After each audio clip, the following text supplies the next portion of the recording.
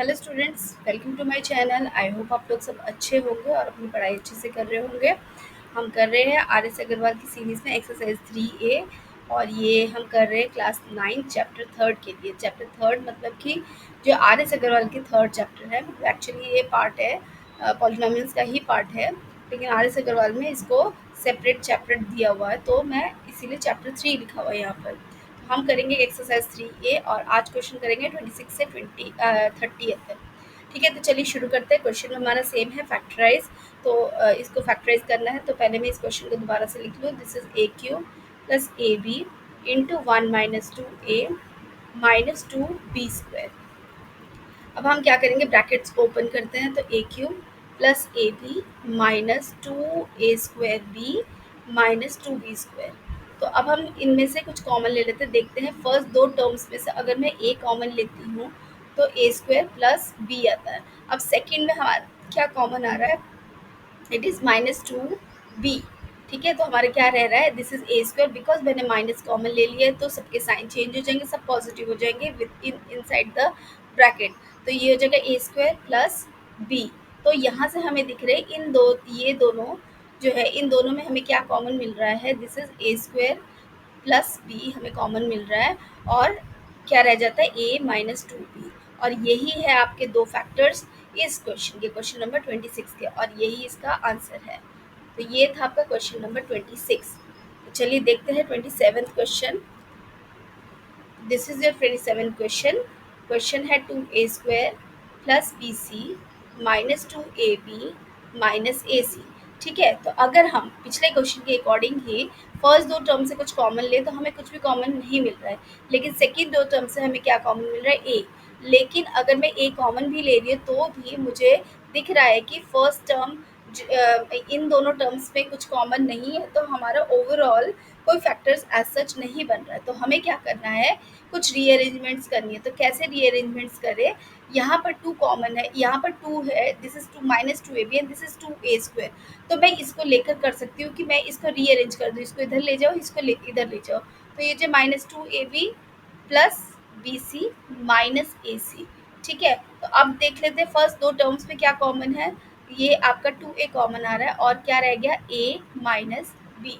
अब सेकंड दो अब लास्ट के दो टर्म्स में क्या कॉमन आ रहा है, यहाँ c कॉमन आ रहा है और ये रह रहा है आपका b -a। ठीक है, तो अब देखो this is a minus b, यहाँ पर आपका a माइनस बी है और यहाँ पर आपका b माइनस ए है। तो क्या कर सकते हैं, एक नेगेटिव साइन को कॉमन ले लेते हैं। तो मैं इसको a माइनस बी का सच रखती हूँ और यहाँ से ब्रैकेट के inside, from the inside the bracket I will take one negative sign outside, तो ये हो जाएगा -c हो जाएगा। अगर मैं माइनस कॉमन ले रही हूँ दोनों टर्म से इनसाइड द ब्रैकेट, तो मेरे इसके सारे जो साइन से चेंज हो जाएंगे। तो b जो है पॉजिटिव है वो नेगेटिव हो जाएगा, यानी, और a जो है नेगेटिव है तो वो पॉजिटिव हो जाएगा, यानी ये a माइनस बी ही रह जाएगा। ठीक है, तो इससे अब हमें क्या फ़ायदा हुआ, अब हम यहाँ देख रहे हैं इन दोनों में बिल्कुल कॉमन टर्म्स हमें दिख रही है, which is a minus b, और बाकी जो रह गया दैट इज़ 2a माइनस सी। और यही बन गए आपके दो फैक्टर्स इस क्वेश्चन के, और ये है आपका इसका आंसर। ठीक है, तो ये था क्वेश्चन नंबर 27। तो चलिए देखते हैं question number 28। This is question number 28। तो अब इसमें तो हमें दिख ही रहा है कि इसमें कुछ भी कॉमन नहीं है। तो कॉमन करने के लिए हम सबसे पहले क्या करेंगे, ब्रैकेट ओपन करते हैं। सबसे पहले तो मैं सीधे सीधे ये क्वेश्चन दोबारा से लिख लूँ, तो ये हो जाएगा this and b x minus a y whole square. तो अब हम इसको, this is a plus b whole square and this is a minus b whole square, बस उसी फॉर्मूला को यूज़ करेंगे एंड हम यहाँ निकालेंगे। मैं आपकी कन्वीनियंस के लिए यहाँ पर लिख देती हूँ। सपोज m और n दो टर्म्स है, तो m plus n whole square का फॉर्मूला क्या होगा, this will be m² plus n² plus 2mn, और यहाँ पर m minus n whole square लेती हूँ तो क्या आएगा, m² प्लस n² -2mn। इन्हीं दो फॉर्मूले को हम यहाँ पर यूज़ करेंगे और इसको इन ब्रैकेट्स को ओपन करेंगे। तो ये हो जाएगा आपका ए एक्स, एक टर्म है, तो ये हो जाएगा a² x² plus b² y² plus 2ax by। ठीक है, उसी तरह से इसको करते हैं। This is b² x² plus a² y² -2 b x a y. तो मैं इसको दोबारा से इस तरह से लिख सकती हूँ, ए स्क्वायर एक्स स्क्वायर, और ये आपका एक्स स्क्वायर है तो मैं इसको एक साथ कर देती हूँ, ठीक है। उसी तरह से b square y square plus यहाँ पर भी वाई स्क्वायर है तो मैं यहाँ पर इसको एक साथ कर देती हूँ, और ये हो जाएगा आपका 2ax by, और इसको भी मैं 2ax by कर सकती हूँ, एक ही बात है 2ax by। और यहाँ से मुझे दिख रहा है ये दोनों कैंसिल हो रहे हैं। तो अब हमारा जो टर्म्स रह गई, इन दोनों में देखो क्या कॉमन आ रहा है, दिस इज एक्स स्क्वायर, और क्या रह जाता है ए स्क्वायर प्लस बी स्क्वायर।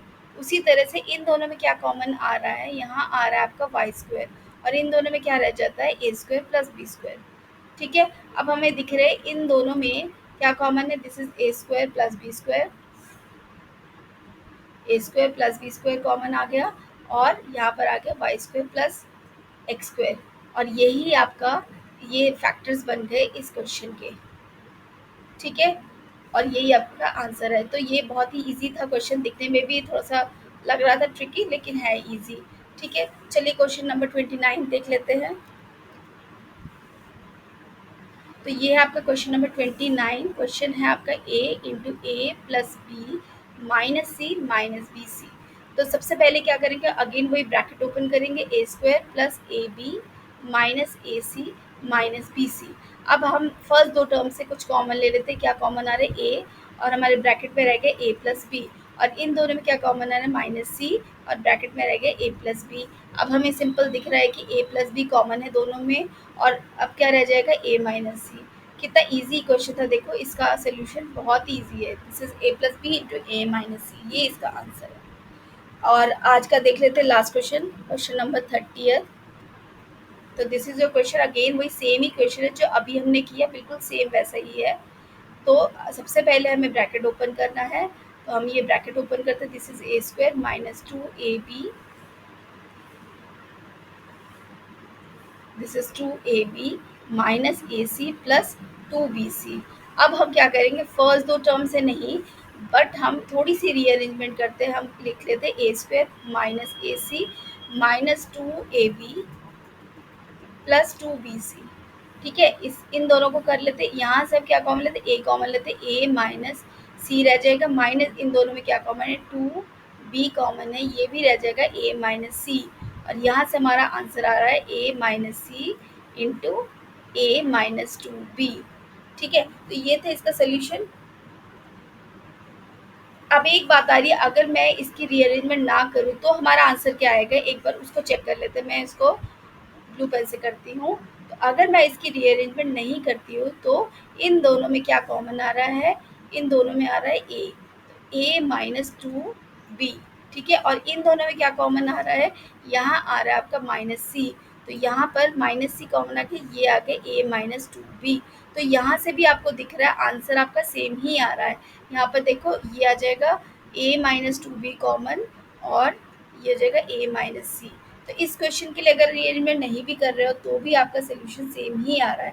ये मैंने पर्टिकुलरली आपको बताया क्योंकि कई बार रीअरेंजमेंट की ज़रूरत ही नहीं होती है, तो डायरेक्ट भी आंसर आ सकता है, ठीक है। तो आप कोई भी मेथड आप यूज़ कर सकते हो, और इन एनी वे आंसर तो आपका सेम ही आना है, ठीक है। तो ये था क्वेश्चन नंबर 30, और मिलते हैं अगले वीडियो में with more questions of this exercise. Thank you very much for watching.